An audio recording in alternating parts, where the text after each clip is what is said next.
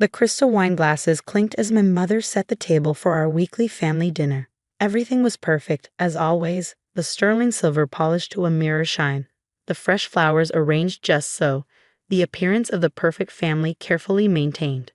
"Pass the salt, Rebecca," my brother Michael said, not bothering to look up from his phone. His designer watch, new, probably worth more than my monthly salary, caught the light as he reached for his water glass. I slid the salt shaker across the mahogany table, noting how my mother's eyes lingered disapprovingly on my simple work clothes. I come straight from my shift at the hospital, still wearing my nurse's scrubs under my jacket. In the Bennett family, appearance was everything, and I had clearly failed that test yet again. "So," my father began, carefully cutting into his steak, "your mother and I have been discussing the family trust. My name is Rebecca Bennett, and at 29, I was about to learn just how conditional family love could be. As you know," he continued, dabbing his mouth with a monogrammed napkin, "the trust is meant to secure the family's future, to protect our legacy." I felt my stomach tighten. Something in his tone, in the way my mother suddenly became very interested in her wine glass, told me what was coming. "We decided to make some changes to the distribution," he said. "Michael needs additional support right now, and as the only son carrying the Bennett name." "You're cutting me out," I said flatly. It wasn't a question. Michael smirked behind his wine glass. "Don't be dramatic, Becca. It's just business." "Business." I set down my fork, the expensive china clinking sharply against the table. "Is that what we're calling your gambling debts now?" "Rebecca," my mother's voice was sharp. "That's quite enough. Your brother is going through a difficult time. He's gone through $3 million in 6 months. I couldn't keep the anger from my voice. And now you're going to give him my share of the trust too. The money would be better used supporting Michael's recovery," my father said smoothly. "Your career provides you with adequate income." The way he said career made it sound like a dirty word. The Bennetts were old money, venture capitalists, and real estate developers. My choice to become a nurse had never sat well with them. "What about my student loans?" I asked, though I already knew the answer. The trust was supposed to help pay those off. My mother waved her hand dismissively. "Surely you can manage those on your own. It's not as though you attended a prestigious school." No, I hadn't gone to Harvard like Michael. I'd chosen a state university with a strong nursing program, working part-time to help cover expenses. The trust was supposed to take care of the rest, a promise my parents had made when I chose my path. "This isn't about my loans," I said, pushing back from the table. "This is about enabling Michael." Again, Michael's face darkened. "Watch yourself, little sister. Remember who you're talking to." "Oh, I know exactly who I'm talking to," I replied. "A spoiled, entitled addict who's never faced a consequence in his life." "That's enough." My father's fist came down on the table, making the crystal shiver. "Rebecca, you will show respect in this house." I stood up, my chair scraping against the hardwood floor. "Respect? Like the respect you showed me when you promised to support my education, or like the respect you show Michael by funding his destruction?" "You don't understand," my mother began, but I cut her off. "No, I understand perfectly. I've always understood. Michael gets endless chances, endless support, endless money to waste. And I get this." I gestured at the elegant dining room, the perfect facade hiding so many ugly truths. "Perhaps," my father said coldly, "if you had chosen a more suitable path." "More suitable?" I laughed bitterly. "You mean if I had followed the Bennett family plan? Gone into finance, married someone from your approved list, become another perfect piece in your perfect picture." "Now you're just being childish," Michael sneered. "This is why you were never really one of us." His words hit harder than I wanted to admit, because in a way, he was right. I had never quite fit into the Bennett mold. My mother's constant corrections of my posture, my speech, my choices. My father's thinly veiled disappointment whenever I chose compassion over competition. But what they didn't know, what none of them knew, was that I had recently discovered something that would shatter their carefully constructed image forever.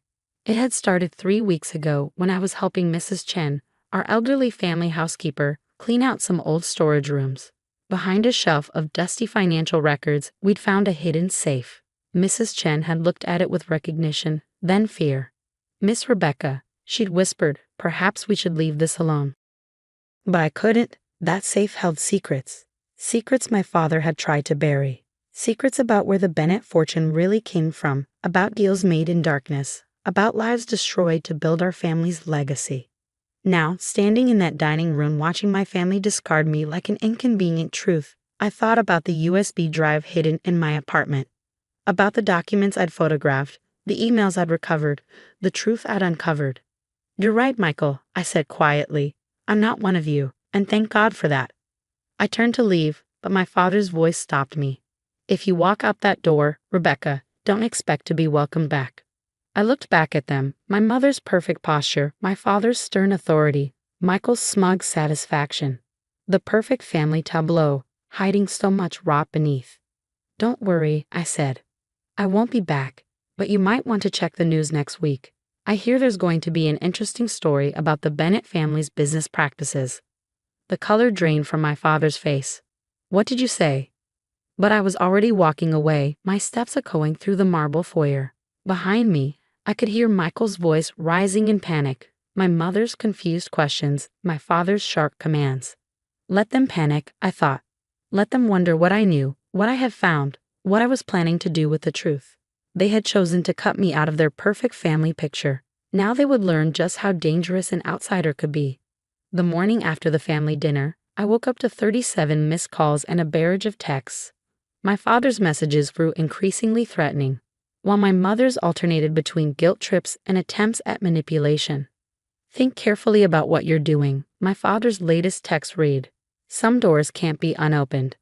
I made coffee in my small apartment kitchen, so different from the Bennett family mansion with its marble countertops and professional-grade appliances. But this place was mine, earned through my own work, not bought with tainted money. My phone buzzed again. Michael this time.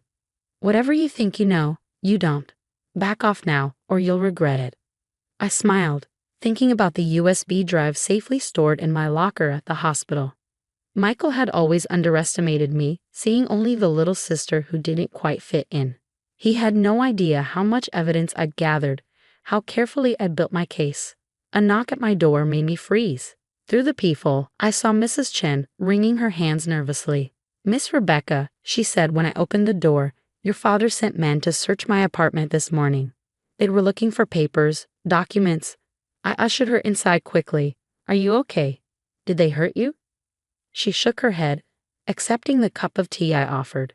"No," but she glanced around fearfully. "They're desperate. Mr. Bennett knows whatever you found in that safe is dangerous." "Did they find anything?" "No, I've worked for your family for 30 years. I know how to keep secrets." She reached into her bag, pulling out a worn leather journal. "But there's something else you should see. Something I've kept hidden since your grandfather's death." The journal belonged to my grandfather, William Bennett, the man who had built the family fortune. Its pages were filled with detailed accounts of business deals, private thoughts, and most importantly, confessions. "Your grandfather wrote this in his final years," Mrs. Chen explained. "He wanted to clear his conscience, but your father found out, and she trailed off." "And what?" "Your grandfather's death wasn't from natural causes, Miss Rebecca. Your father made sure the truth died with him. Or so he thought." I sat back, my hands shaking slightly as I processed this new information. "Does my mother know?" Mrs. Chen's expression softened. "Your mother knows only what she chooses to know. It's easier that way." As I read through the journal, a clear picture emerged. The Bennett fortune hadn't been built through smart investments and hard work as I'd been taught. It had been built on fraud, extortion, and worse. My grandfather had documented everything, perhaps hoping for redemption in his final years. My father had buried these secrets, continuing the family's criminal enterprises while maintaining their sterling public image. The evidence I found in the safe was just the tip of the iceberg. "Why are you showing me this now?" I asked Mrs. Chen.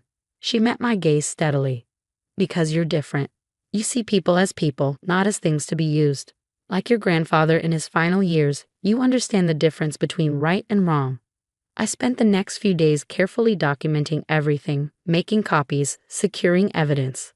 I worked my hospital shifts as usual, knowing my family would have people watching me. Sure enough, every time I left my apartment, I spotted the same black SUV following at a discreet distance. My father's security team, no doubt. On Thursday, I met with Sarah Martinez, an investigative reporter who had been trying to expose the Bennett family's corruption for years. We met in a crowded coffee shop, away from my family's usual haunts. "This is incredible," she said, reviewing the evidence I brought. "We've suspected most of this, but could never prove it. With these documents, will it be enough?" I asked. She nodded grimly. "More than enough. The FBI has been building a case against your father for years. This could be the breakthrough they need." That evening, I received an unexpected visitor, my mother. She stood in my doorway, looking out of place in her designer clothes and perfect makeup. "Whatever you think you're doing," she said without preamble, "you need to stop. For the family's sake." "The family's sake?" I repeated. "Or for your sake? How long have you known about what Dad's been doing?" She flinched slightly. "Things aren't that simple, Rebecca. Your father does what he must to protect our position, our legacy." "Legacy." I cut her off. "Is that what we're calling it now? The fraud? The extortion? Grandfather's murder?" The color drained from her face. "What did you say?" "You heard me. I know everything, Mom. About Grandfather, about the real source of our money, about all of it." She sank onto my couch, her perfect posture crumbling. "You don't understand. Your father, he can be dangerous when threatened." "Is that a warning or a threat?" She looked up at me, and for the first time, I saw real fear in her eyes. "Both? Please, Rebecca, don't do this." But her plea came too late. Sarah's expose was already written, scheduled to run in Sunday's paper. The FBI had copies of everything. There was no stopping what was coming. "I'm sorry, Mom," I said, though I wasn't sure if I meant it. "But someone has to stop this. Someone has to tell the truth." She left shortly after, looking older and more fragile than I'd ever seen her. As I watched her expensive car pull away, I wondered if she would warn my father about what was coming. It didn't matter. The wheels were already in motion. Sunday morning arrived with the weight of inevitability. I sat in my small kitchen, watching the sunrise and waiting for the storm to break. The digital version of Sarah's article would go live at 6 a.m., followed by the print edition hitting newsstands across the city. At exactly 6 o'clock, my phone exploded with notifications. The story was everywhere within minutes. Ben family empire built on fraud and murder. Whistleblower exposes decades of corruption. Sarah had done a masterful job. The article laid out everything: the fraudulent deals, the extortion, the money laundering, and most devastatingly, the truth about my grandfather's death. Every accusation was backed by documentation, every claim supported by evidence. At 6:15, my father called. "Do you have any idea what you've done?" His voice was deadly quiet. "I exposed the truth," I replied calmly. "Something Grandfather tried to do before you killed him." A sharp intake of breath. "You know nothing about your grandfather." "About what I had to do. To protect the family." I finished. "That's always been your excuse, hasn't it? Every crime, every betrayal, all justified in the name of family." "The FBI is here," he said after a moment. "They have a warrant." "I know. They have everything, Dad. All of it. The offshore accounts, the shell companies, the proof about Grandfather. It's over." He was quiet for so long I thought he'd hung up. "Then, your brother is asking for you. He's not handling this well." I thought about Michael probably watching his carefully constructed world crumble around him. Tell him his gambling debts are the least of his worries now. By noon, the Bennett family empire was in freefall. The FBI had raided our offices and the family home. My father and several top executives were in custody. Our company's stock had been suspended from trading after falling 60% in the first hour. Mrs. Chen called to tell me my mother had locked herself in her room, refusing to speak to anyone. Michael had disappeared, though his passport had already been flagged by authorities. I watched it all unfold from my apartment, feeling strangely detached. This was what justice looked like. Messy, painful, but necessary. Around 3 p.m., I got another visitor, Detective James Morgan from the FBI's White-Collar Crime Division. "You've given us a strong case," he said, settling into my living room chair. "But we'll need your testimony to make it stick. Are you prepared for that?" I nodded. "I'll tell everything I know. About all of it." He studied me carefully. "It won't be easy. Your father has powerful friends. And testifying against family. They stopped being my family the moment they chose money over morality." I said firmly. "Besides, I owe it to Grandfather. he tried to make things right in the end. The next few months were a blur of depositions, court appearances, and media scrutiny. Michael was eventually found in Monaco and extradited back to face charges. My mother filed for divorce, claiming ignorance of my father's crimes, though evidence suggested she'd known more than she admitted. The trial was a sensation. Every day, new details emerged about the Bennett family's corruption. Old business partners came forward with their own stories. Former employees testified about years of illegal practices. Through it all, I continued my work at the hospital, finding solace in helping others. My colleagues supported me, creating a shield against the media attention and public scrutiny. 1 year after the article broke, I sat in the courtroom for my father's sentencing. He looked older, diminished in his prison jumpsuit. When given a chance to speak, he turned to face me. "I did everything for this family," he said. "Everything. You've destroyed your legacy, Rebecca. I hope it was worth it." I met his gaze steadily. "No, Dad. I saved our legacy. Grandfather would be proud." The judge sentenced him to 25 years. Michael got 15. The Bennett family empire was dismantled, its assets seized or sold off to repay victims. My mother moved to Europe, unable to face the scandal. She sends carefully worded emails occasionally, still trying to maintain appearances even in disgrace. Mrs. Chen stayed in touch, becoming more of a mother to me than my own ever was. "Your grandfather would be proud," she told me one evening. "You did what he couldn't. You chose truth over power." The Bennett fortune was gone, but something more valuable had been saved: my integrity, my conscience, the truth about who I really was. 2 years later, I stood at my grandfather's grave, placing fresh flowers beside his headstone. The journal he'd left behind, his final confession and attempt at redemption, sat in a safety deposit box, its truth finally told. "I did it, grandfather," I said softly. "I finished what you started." My phone buzzed. A message from the hospital about a patient needing care. Real work, honest work, the kind that actually helped people instead of exploiting them.